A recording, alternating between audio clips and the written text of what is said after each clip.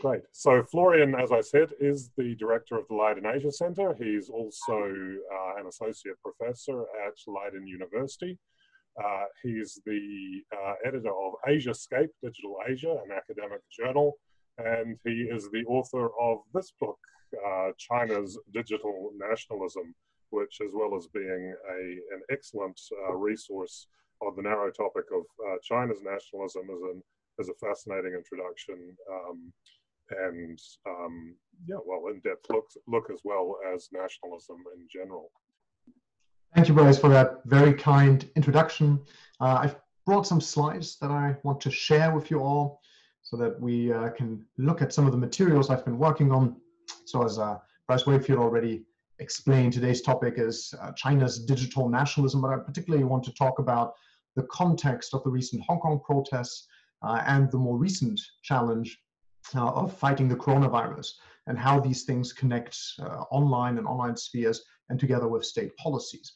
So in very many ways, the topic today is about Chinese nationalism, but it is actually about more than just mainland Chinese nationalism. I also want to talk about the situation in Hong Kong to the extent that the movement there, the democracy protests, are also informed by local views, local ideologies and identities that personally I would identify to some degree at least with nationalism as well.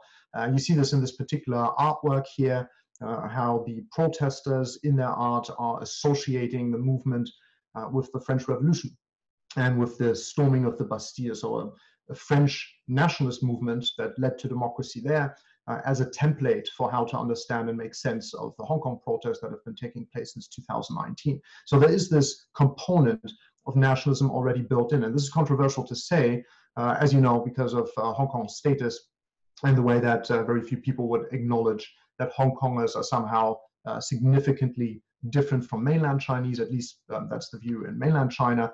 It doesn't conform with the views that Hong Kongers frequently have of themselves.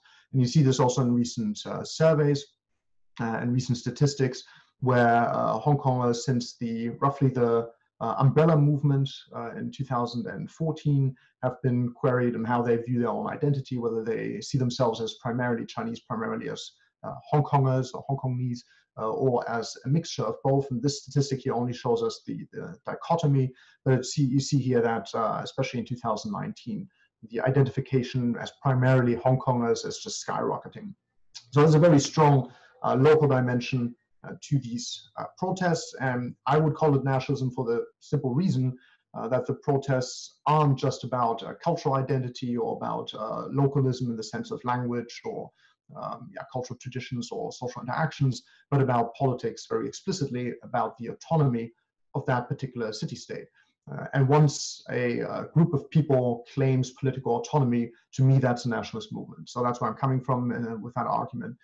And I think a lot of people in China also recognize this risk or this problem, which is what has brought so many people into the streets and onto the streets in the wake of these protests. These are pictures of student demonstrators, and this happened in Australia and the UK, in America and in much of Europe, where Chinese abroad have taken to the streets and demonstrated against the Hong Kong protesters. And some of these protests have gotten quite toxic. You can see here the person in the screen isn't exactly distinguishing themselves through their sophistication. But I should also point out, I do not in any way want to excuse this kind of behavior, but I think we need to contextualize it and see it a little bit as an outcome of historical trajectories, of the way that people get reminded of colonialism and foreign interventions in China, and as you'll see in a moment, also state activities in China that have promoted nationalism for a long time. And all of this then collides on the ground in foreign countries with the experience that people have, Chinese people have, as they go there to work or act as, or to study, take courses, and the huge amount of xenophobia that Chinese people around the world face. So this is very much a problem in the UK. I hear it's a problem in Australia. Maybe you can tell me more about this, but that the anti-Chinese sentiments in many of these places do push people into the corner where they feel they have to adopt this particular identity, even though other frameworks may be available. But it's just that Chinese nationalism is most readily available. And if you're pushed too far in that direction, then it's maybe not excusable, but at least understandable why people might take on this mantle and use these resources that are there for them to use and that the Chinese Communist Party has flagged for them for so long. What's particularly interesting about these nationalist activities is the strategies that a lot of people use online. This includes doxing activities, so identifying people, their home addresses, their personal data, in order to basically chase them down in the real world, as it were. You also see a lot of bullying. And both of these instances have just now been, again, very visible. I don't know if any of you have followed the story of the Wuhan Diaries by the author Fang Fang, who is now a persona non grata among nationalists in China and has been viciously attacked. I also have colleagues in Hong Kong who aren't even associated with the protest movement, but who are Chinese, and simply for the fact that they are in Hong Kong are being bullied and scapegoated by nationalists online. So this is a very serious problem. It's not always easy to identify whether the people who are doing this are private citizens or are in the pay of the Communist Party or the People's Liberation Army. So there's quite a conflation there in whether this is the so-called water army, sort of a groundswell nationalist civic movement, or whether it is the 5 Cent Army, which are the so-called 5 Cent Army, which are the people who are allegedly in the pay of the Communist Party. Now, it's not just the Chinese side, the mainland Chinese side, that uses these tactics. This is also the case in Hong Kong among the protesters.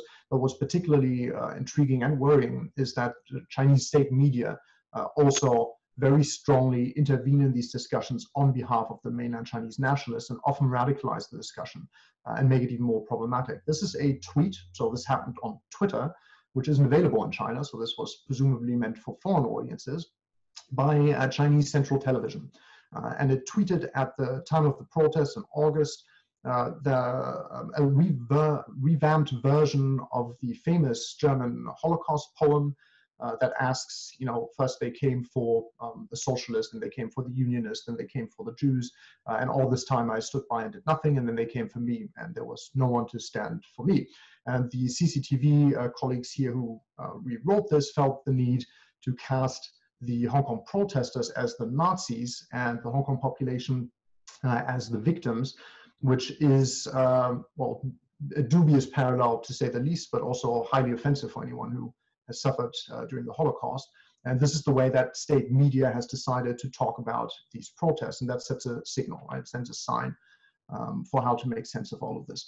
And these rationales and how the state media and Communist Party media have acted in nationalist ways continues, not just in the Hong Kong context, but also in relation to COVID-19.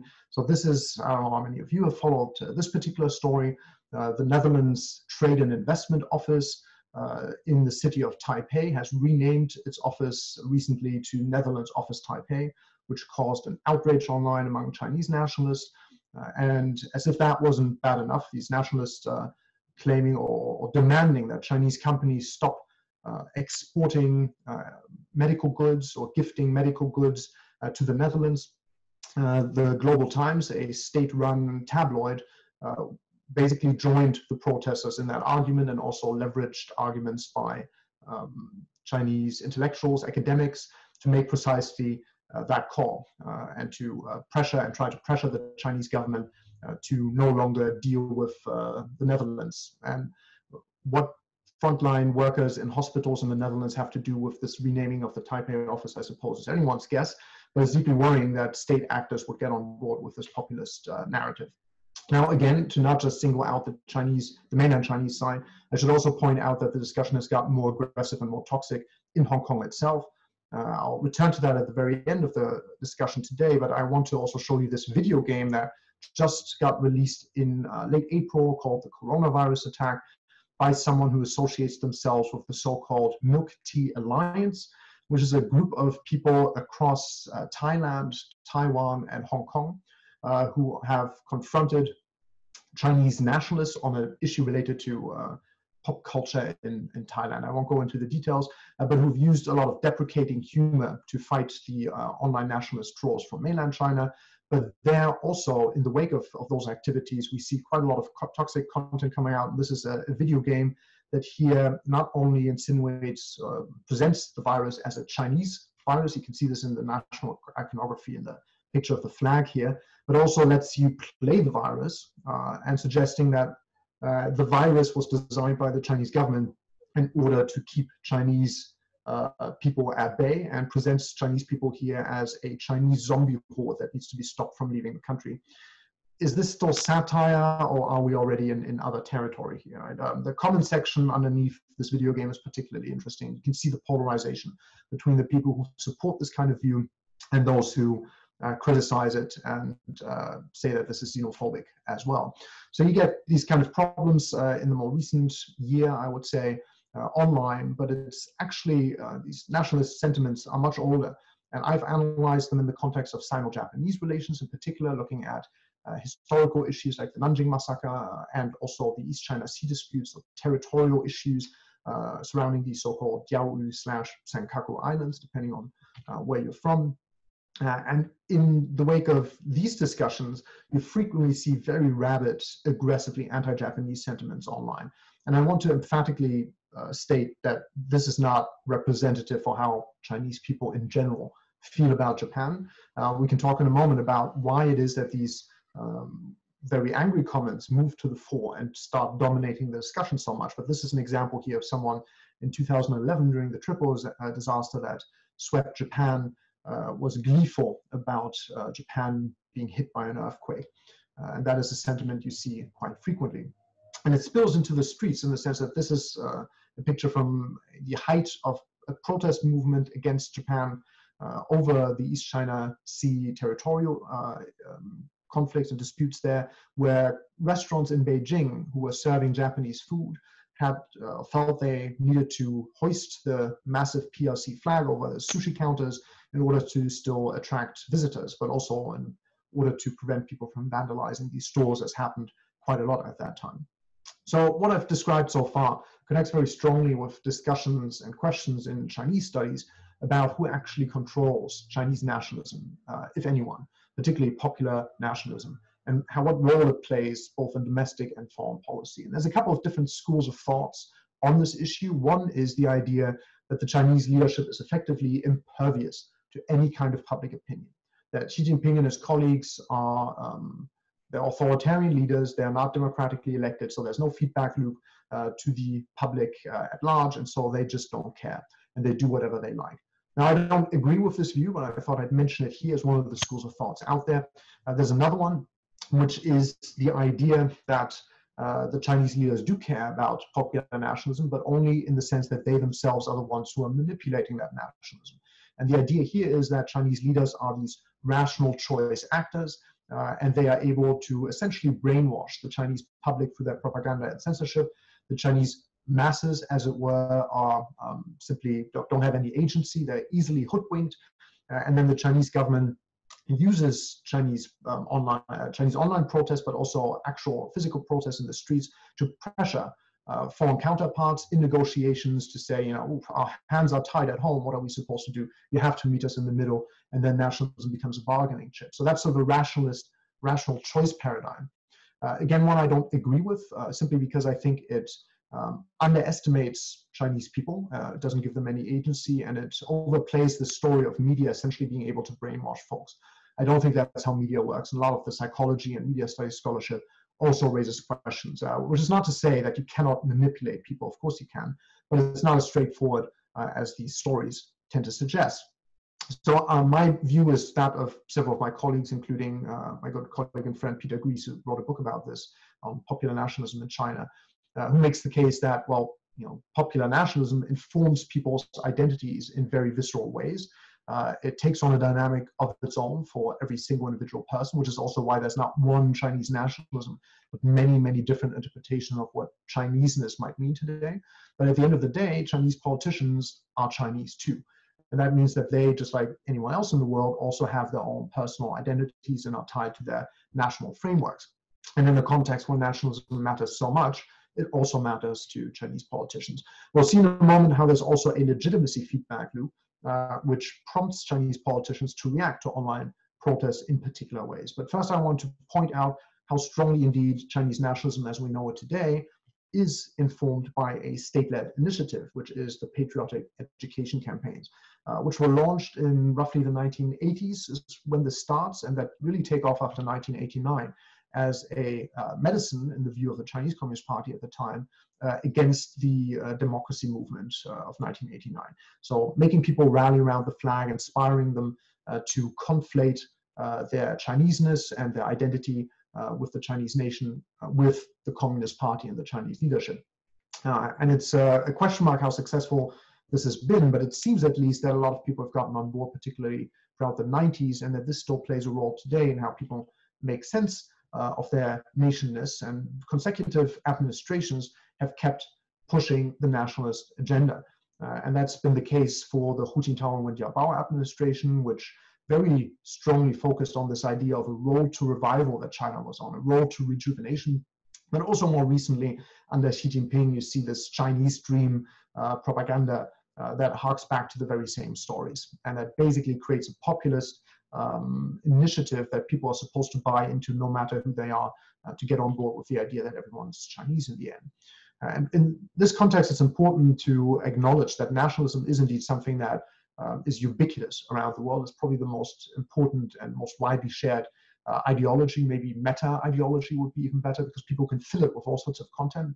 But ultimately, it's a very simple set of principles about how the nation should be the locus of political action.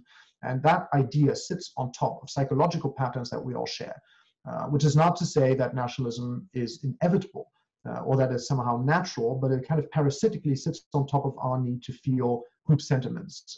There's a lot of other ideologies that also tick the boxes for that, but nationalism does that particularly well.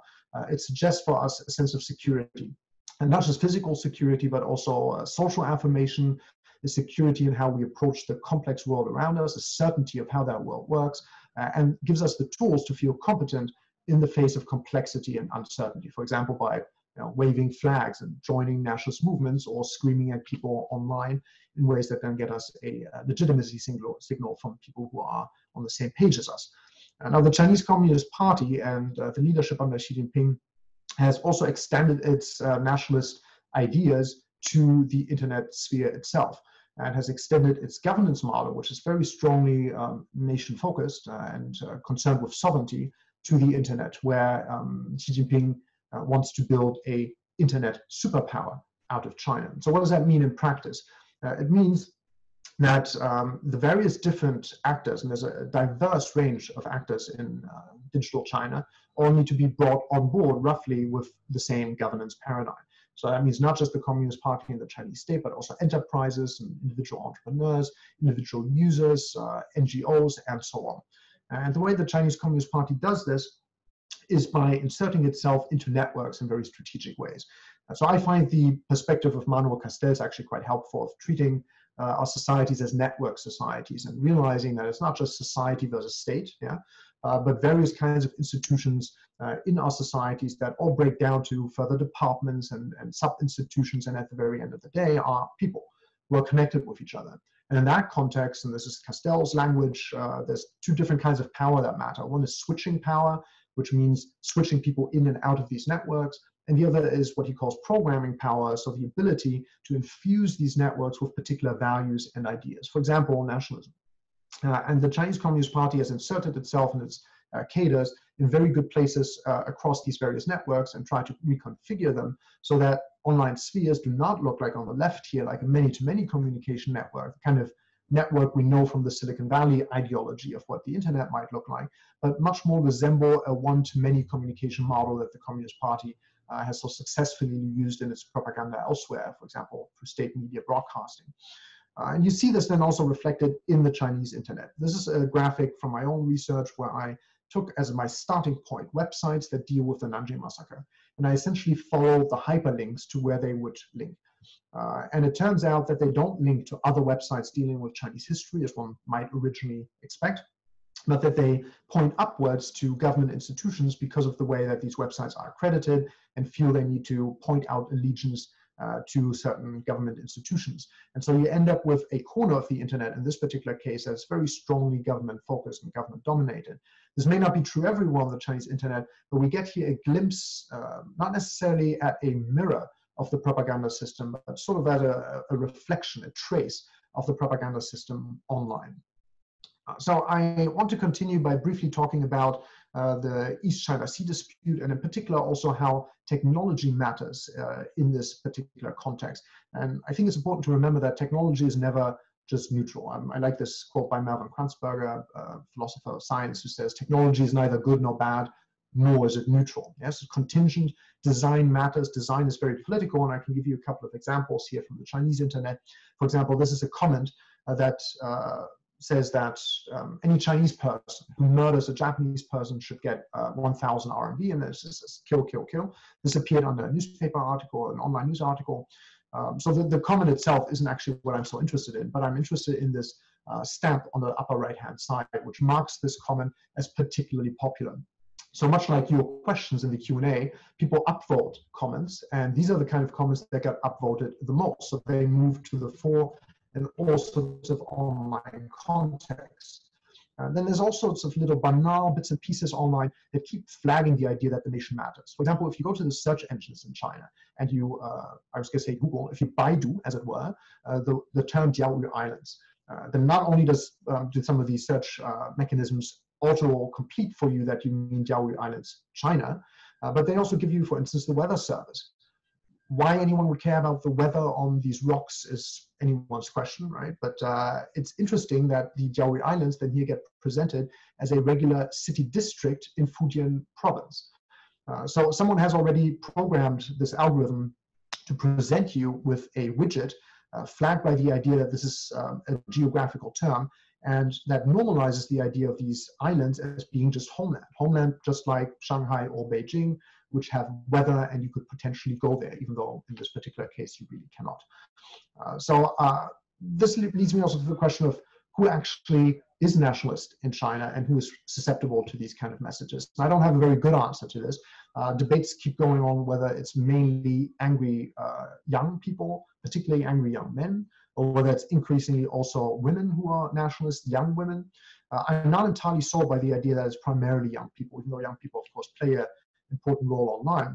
But I've looked at the activists and the activist groups in China, the kind of people who try to sail to the Diaoyu Islands. And in that particular context, it seems that, first of all, there's a strongly misogynist discourse that's attached to the nationalism, where, for example, women are basically treated as just beautiful objects that need to be defended.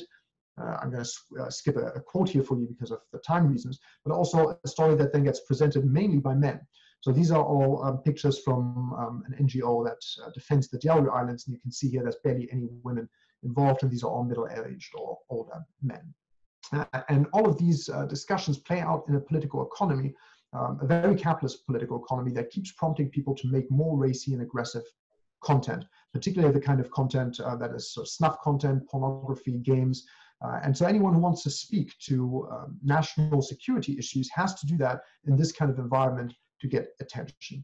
So let me just briefly conclude here with a couple of observations about the kind of xenophobic and aggressive nationalism that has now taken the fore in China in the wake of the coronavirus crisis. This is a comic that basically promotes the idea that foreigners are trash and need to be thrown in the trash because they spread the coronavirus. There were also cases of Beijing shops putting signs up that foreigners were no longer welcome, supposedly being prompted by the Chinese government to do this, which have been spreading propaganda on the virus that very much created a good versus evil story and a heroic narrative of who was fighting the virus, very similar to the heroic narrative of the police fighting the protesters. All the while, people in Hong Kong reacting that way with anti-Chinese sentiments of their own, as you can see here, during protests for a better medical care system in Hong Kong. So in the end, the Chinese communist leaders, they are attached to these narratives through the legitimacy claims that they have made, in the way that they have signaled to people that they will make China great again before it was popular by other politicians to make countries great again. And in that context, a question like what the status of Hong Kong is becomes an existential problem. But the narratives that fuel that problem are not under anyone's control. They're essentially emergent properties that come and grow out of these networks and take on a life of their own. So I will conclude here, and I'm very much looking forward to your questions. Thank you for your patience. Thank you very much, Florian. A fascinating talk. Now, I will just remind everybody that there are two ways of asking questions. One is open to everybody. That's the textual Q&A. Just click on the Q&A button down the bottom of the screen, and we will endeavour to answer your question. Of course, you can upvote your question or questions that you like, so that the good questions rise to the top of the pack. For Australian Institute of International Affairs members, please feel free to raise your hand and we will try to bring you on screen. I forgot to mention in Florian's introduction that Florian was destined to come to Australia with the University of Sydney, wasn't it, Florian? Yes, that's correct. This year, but unfortunately that couldn't happen because of the current situation we're in. So we're glad to have him here now. And hopefully we'll see you at some stage in the future where you can appear at a branch talk live. So if you liked Florian's talk, make sure that you watch out for him in the AIIA invitations to branch events. Now we have a question here from one Hugo Dobson, who I think was your one of your PhD supervisors, wasn't he, Florian? Hi Hugo, it's I don't see you, but it's good to see you. Right, and Hugo, who after complimenting you on your bookcase, said he's wondering how recent events, Hong Kong protests and COVID-19 relate to China's soft power initiatives. Oh, interesting. Of course, Chinese soft power was problematic before these crises, but it's even more problematic now. I think that's quite an interesting question. If I can add some context, because there were a number of articles that came out early in the COVID crisis that tended to suggest that China was going to be the big soft power winner from the situation, that it had dealt with COVID very well, and that would enhance its position on the world stage. That doesn't seem to be the case anymore. What do you have to add to this? Yeah, I have a couple of things to say there. First of all, thank you, Hugo, for this really good question. I actually was in Singapore in January, right before lockdowns and so on. And I was giving a similar talk, and I was discussing with colleagues there whether or not Chinese nationalism would now get a massive dampener because of the way that the Wuhan situation had developed. And it seemed to many of my colleagues there at the time that Chinese popular nationalism would simply not be an issue in any of this. And I disagreed politely, because I thought that Chinese nationalism doesn't just go away. It's been flagged and it's going to keep coming back.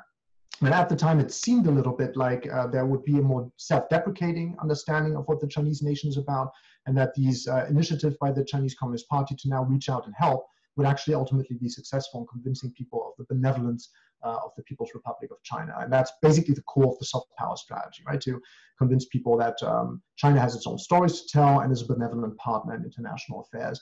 And I think it must be supremely frustrating for a lot of diplomats and for a lot of people in Chinese administrations, for example, the Foreign Ministry, the Ministry of Foreign Affairs, where there are a lot more liberals and a lot more people who are focused on collaboration rather than on confrontation, to see their carefully phrased and constructed soft power strategies fall apart in this way.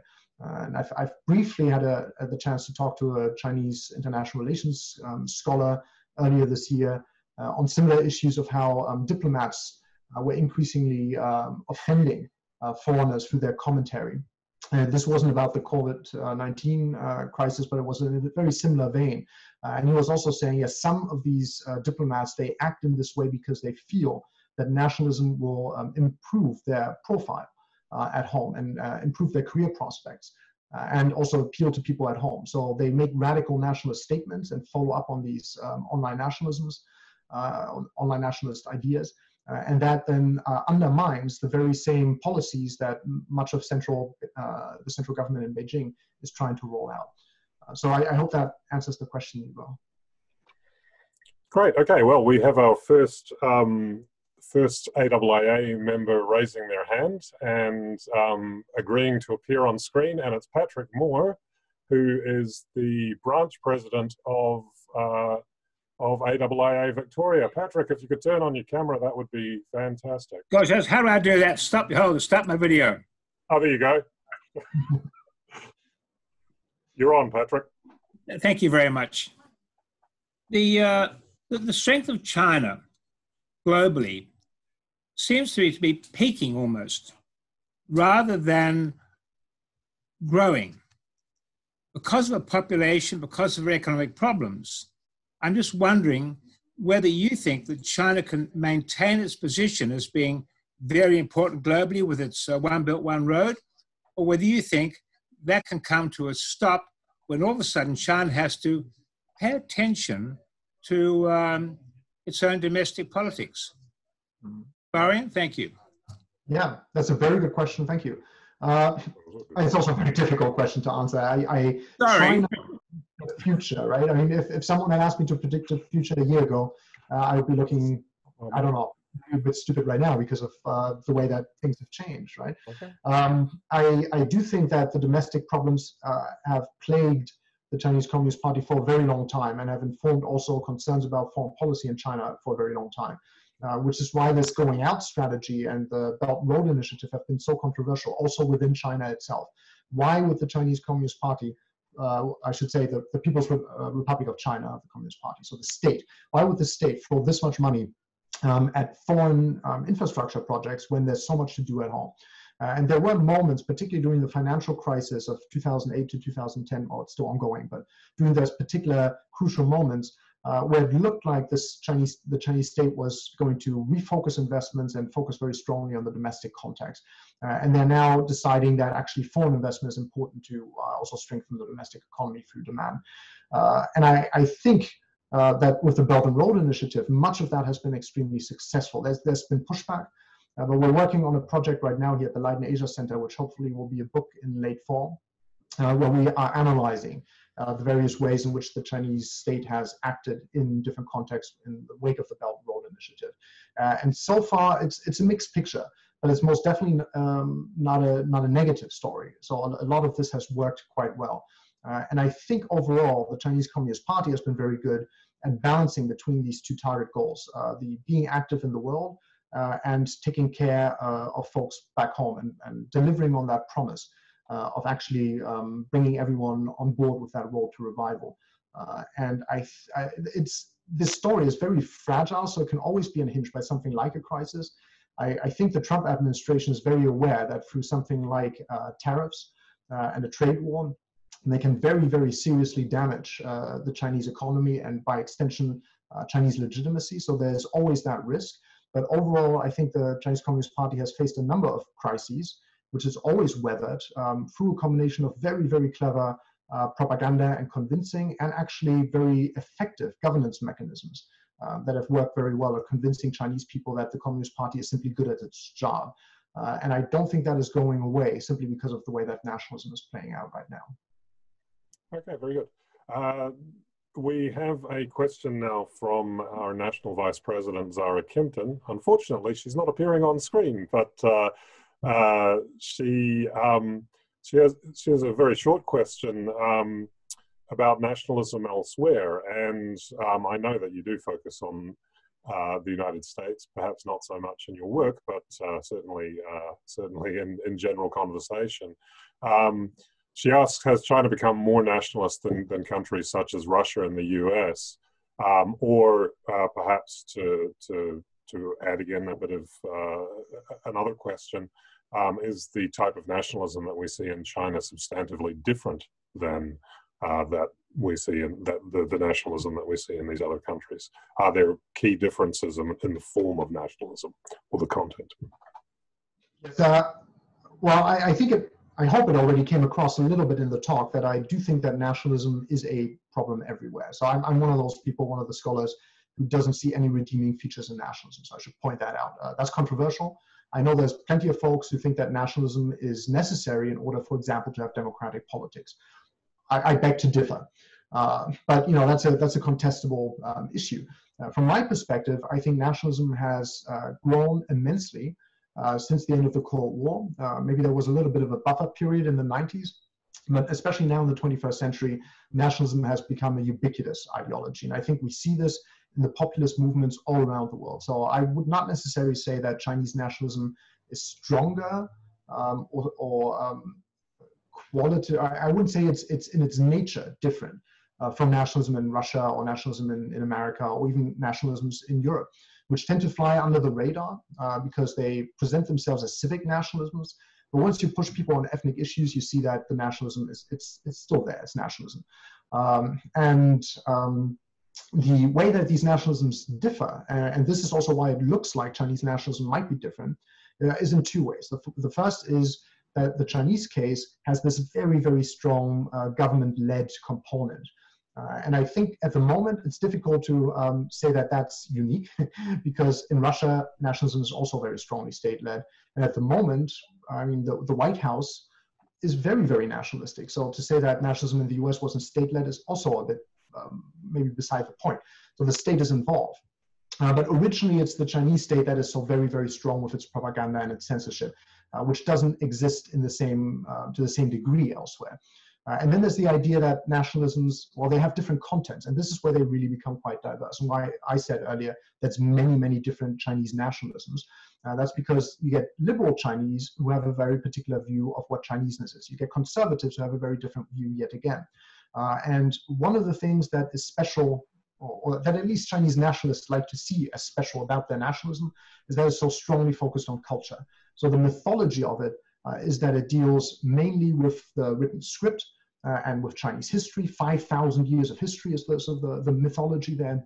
And that is what characterizes Chineseness, whereas ethnicity doesn't really matter.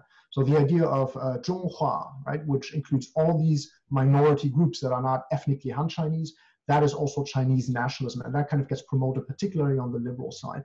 But once you look at the way that both the state presents its nationalism and later on then people take on that nationalism and run with it, it very frequently falls back into ethnic categories and into xenophobic categories. So in that sense, I don't think it's particularly different from the kind of xenophobic nationalism that we see elsewhere in the world. We do actually have a question that's related to that last point, and that is the question of perhaps mutual reconciliation or the ability to reconcile cultures. So, you know, the standard sort of tropes about the West talk about it as a culture that's based on rationalism and rights, whereas China has, according to Michael Mayer, the questioner, has thousands of years of history that group identity trumps individuality, et cetera, et cetera. Is it therefore inevitable that we won't really relate to one another? And is it inevitable that people who have been brought up in Hong Kong under these quote unquote Western style freedoms, if not rights, are going to rebel, given that they're being offered something that's so radically different in the form of Chinese group culture? Yeah, I have to admit I'm very skeptical of the narrative that China has these thousands of years of history and ergo China is China is China. Why would that be true for China and not elsewhere? I mean, if that were true, then as a German, either I should still be a Nazi, or, you know, as a German, minimally, I should be so Christian that I'm still ready to burn people at the stake. So it's not like our histories define our contemporary worlds in this straightforward manner, which isn't to say that, yes, Confucianism plays a role in China, still to this very day. But there's so many different streams and discourses, and modernity has disrupted what Chineseness means and what Chinese history is to such a great extent that I don't think it's very easy to draw that linear connection. In fact, I think there's far more difference between the Qing dynasty and before that the Ming dynasty and way before that the Han dynasty, and among all these different dynasties compared to the modern Chinese nation state, which is first the Republic of China and then the People's Republic of China, then there's continuity. So I'd be very, very careful with that argument. I know where Michael was coming from in that, but I've also seen many, many intellectual movements in China actually take individualist approaches and not take collectivist approaches at all. And we shouldn't forget that there's also people in Taiwan who have practiced a democracy and established a culture that is not straightforwardly influenced by the West, if there is such a thing, but that very strongly maintains Chinese characteristics and local characteristics, but isn't at all collectivist in the way that some people present Chineseness, right? So I think, if anything, it's worth talking about Leninism and about Marxism and Maoism and the various kinds of ideologies that shape the left wing in China, but it's also important to acknowledge that there's many, many liberals in mainland China who do not share these views and don't necessarily get on board with conservative and collectivist ideas. I don't know if that was a satisfying answer to Michael, but yeah, that's my take on that topic. Thanks very much. Now, I just want to remind everybody that if you are an AIIA member, you can raise your hand rather than ask questions through the textual Q&A, and if you do, you are consenting to be on screen and perhaps even rebroadcast on YouTube and in the media. I did notice that somebody else had their hand up before, but has taken it down. I don't know if their question was answered, but if they do want to come back, please feel free to do so. But let's quickly just go to the Q&A again. What's the alternative here, asks Jack Eggleston, right? If you're a Chinese youth and you can't take the strong nationalist position that appears to be advocated from the state and from civil society, and you're not politically uninterested, what's your discourse? What's your narrative? Yeah. Given that the political environment is so stringently nationalistic, if you like. I find this very difficult to answer because not just in China but elsewhere as well, that just the basic parameters of nationalism are so ubiquitous that it's very difficult not to fall back on them in other kinds of activism. But that said, there are plenty of youth activists, online activists. I also don't know how young people necessarily are, but we see, I would say youth in the sense that these are people who've grown up with a pop culture, with a particular kind of pop culture in China, which draws very heavily from Japanese pop culture and Korean pop culture. So there's already a transnational component to that kind of self-identification and identity construction. And it involves practices very eerily similar to what we now see the online nationalists do, which is to act in very specific kind of ways online using fan strategies, the strategies of fan communities. But as much as nationalists use these strategies, it's also possible to use these strategies to, for example, criticize certain social discrepancies and shortcomings in China, which is precisely what a lot of Chinese people do. Frequently, these discussions fall back into a nationalist narrative, but they don't always do so. And you see, for example, code switching practices in China, where people either use irony or sarcasm or various kinds of humor in order to reprogram the main narrative and direct it back at the Chinese state, usually in local context, but sometimes quite radically at the central level. And we've seen this, for example, in anti-Japanese discussions, where Chinese activists were first criticizing Japan and its ambitions for these particular islands in the East China Sea, and then many other Chinese commentators were getting on board and were sardonically pointing out that actually the more powerful people are the city inspectors in China, which are the kind of local administrators who have a lot of leeway and often a lot of power and abuse that power in the views of a lot of local Chinese citizens. And that the Chinese government should just send city inspectors to the islands and then the problem will be taken care of.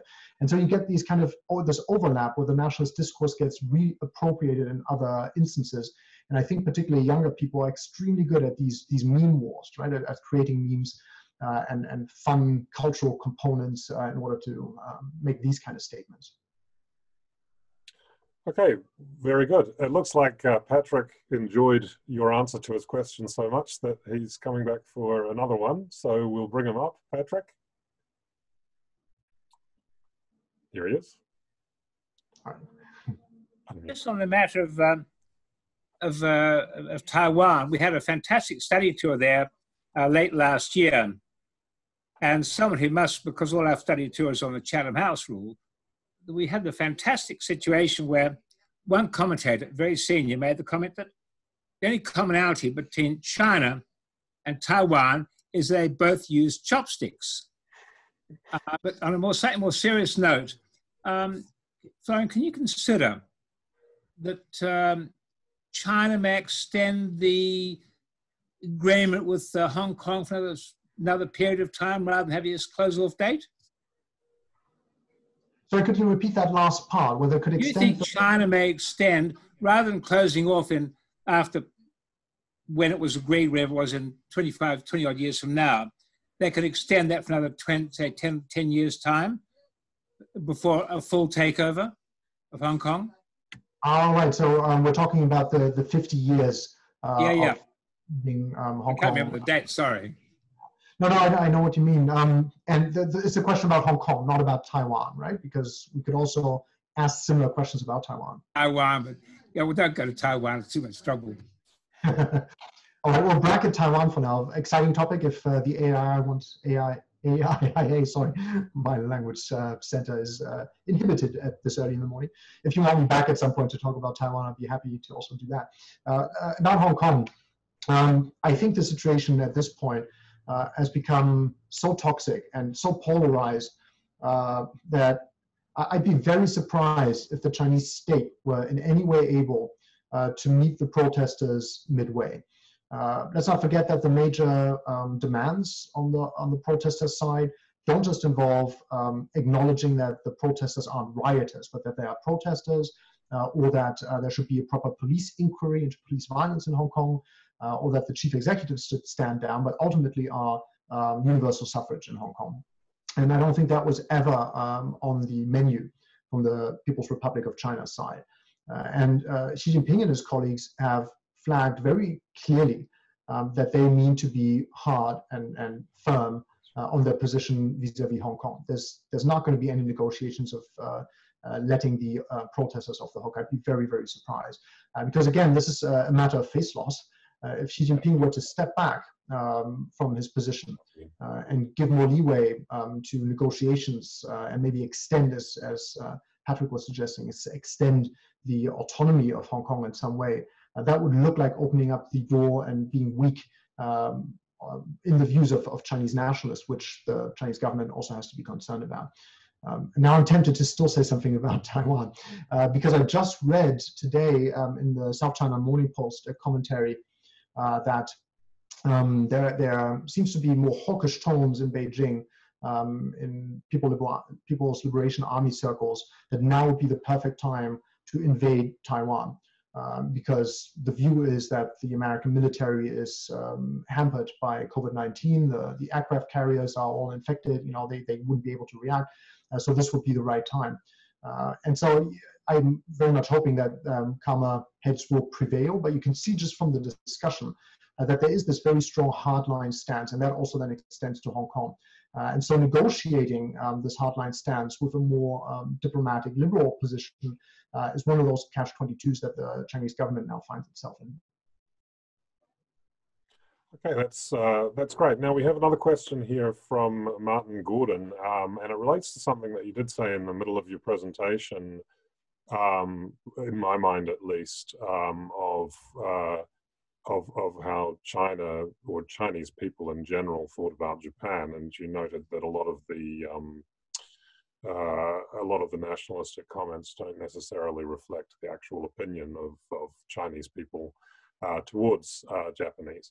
But Martin does ask that, or does note that a lot of the signs of nationalism that you've pointed to are quite childish and banal, and is wondering, I suppose, about your take on whether this is just a campaign among bots and a few fans, or is it more widespread than that? The sense of, I guess, extreme nationalism.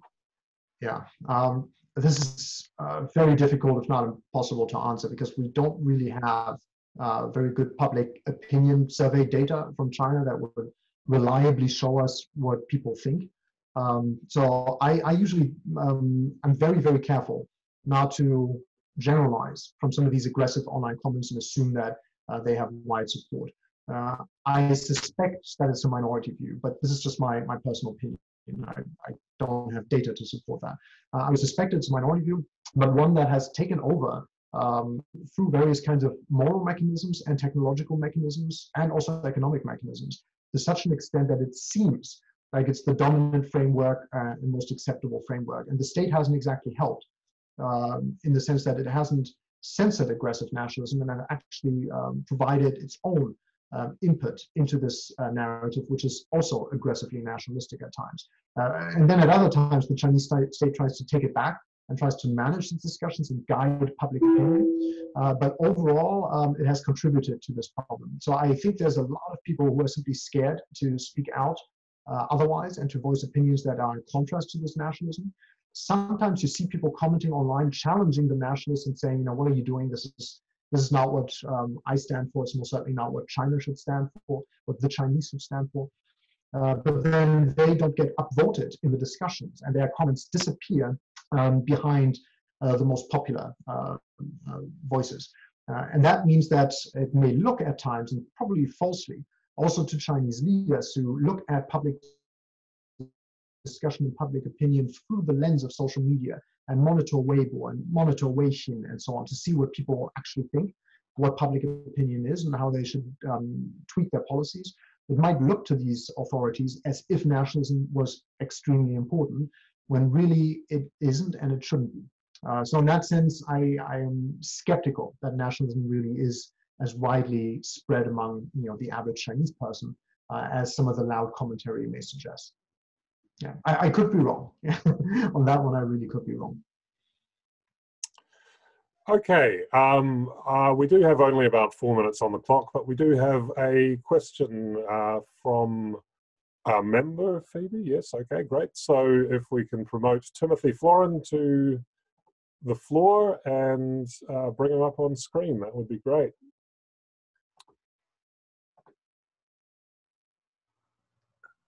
Timothy, we should be able to hear you now. Good, and can you see me? We can see you, yeah. Okay. Look, my question's about Chinese influence in WHO, the World Health Organization. I enjoyed your talk, Florian. Thank you very much. And you'll notice my name is a little similar to yours. But I'd be interested in your views. Australia closed down flights to and from China on the 1st of February and was roundly criticized by the Chinese for this.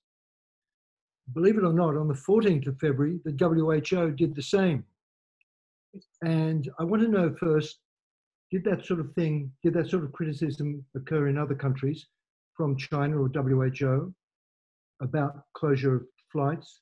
And secondly, in terms of your theory of Chinese nationalism, do you think this was just generated by people who wanted to please their masters, or do you think it came from the top? Do you have any way of telling? Or was it just WHO analysis of what was going on? Yeah. I have to heavily qualify anything I say on this because I'm not an expert on the WHO. And it's only now been on my radar for the last couple of months that this is a topic we need to look into. So we're actually fielding a research study right now on how various countries in East Asia have been reacting to WHO recommendations and what the politics of the WHO are in the wake of the corona crisis. So I don't really have the answers to your questions yet. Personally, I do think that it's easy to politicize the WHO simply because of the way that funding works in that organization. And there have been Chinese politicians or Chinese administrators involved with the WHO. Particularly contested is the issue that the WHO follows a one China policy, so it has been attacked for ignoring the way that Taiwan has handled the crisis, which has been an excellent example of how to do this right. And that didn't really feed into the narratives of the WHO. But I can't really tell yet how true that actually is. I'm a bit wary of the way that the White House has been criticizing the WHO, where it seems to be almost just another way to deflect blame and to deflect from problems at home by saying, oh, it's someone else. It could be the Chinese, or it could be the WHO, or it could be whatever, but that these folks are at fault. How much? I think there's a whole lot to criticize about the WHO and how it handles crises, but I'm not entirely sure I'm quite ready to make it sound as if the WHO were essentially a PRC stooge. I think that's taking it a bit far. Also because ultimately the scientific issues that the WHO deals with and the political issues of, for example, what country to acknowledge as a proper nation state and so on, and they're not entirely separate, but they are different issues. And I would imagine, but again, I could be wrong, that the WHO is able to function on the scientific side, even though it has political positions that not everyone finds agreeable. Right. Well, we're bang on 7 o'clock, or I guess 11 o'clock in the Netherlands. So that concludes today's proceedings. Unfortunately, we didn't get around to a wide array of questions, but I think this was a very good talk, and we'll have to invite Florian back again so that he can answer some more. I just want to remind everyone that we are a membership organization. There are perks to being a member. I'd encourage you to go to the Australian Institute of International Affairs page, which is internationalaffairs.org.au, and check out the membership options available there. On the left-hand side of the screen, you'll see a box labeled membership. Click that and you should be able to carry yourself through. You can, of course, join the institution even if you are overseas. You will have to pick a branch to join, but I'm sure that you can choose your favorite Australian state and territory and join that branch. In the meantime, I want to note that these webinars are ongoing. We are constantly expanding our offerings. We did send a mail out today, but and we will send one out in a couple of weeks, but just be aware that between then and now, there are going to be more and more webinars scheduled. So keep an eye also on the events button of the AIIA website, which is, of course, internationalaffairs.org.au. That's internationalaffairs.org.au. Just to flag a couple that are coming up in the next little while. We have a talk on Australia's Middle East policy tomorrow, titled "What's Wrong with Australia's Middle East Policy?" That's with Ian Parmenter and Richard Irons, I believe. We have, if you're interested in if you're interested in the COVID situation, we have one put on by the ACT branch. That's humanitarian action in the time of COVID-19, and that's with Leonard Blaisley, who was the head in Australia of the International Committee of the Red Cross. If you're interested in Northeast Asia, on 18th of May, we have These Islands Are Ours, Territorial Disputes in Northeast Asia. That's with Dr. Alexander Book, who is based in New Zealand. And as I said, we have more and more coming up. So please do keep an eye on the events listings at internationalaffairs.org.au. So that's it from us. All that's left for me to do is to thank our extremely loquacious and eloquent and marvelous guest, Dr. Florian Schneider. Thank you, Florian. Thank you for having me. It was a pleasure. And thank you for everyone who's been listening, for their patience, particularly if it's late at night, and for these excellent questions. I enjoyed this a great deal. Thanks. Yep. And thank you, the audience, for tuning in, and have a very good night. Or, as the case may be, een mooie dag nog.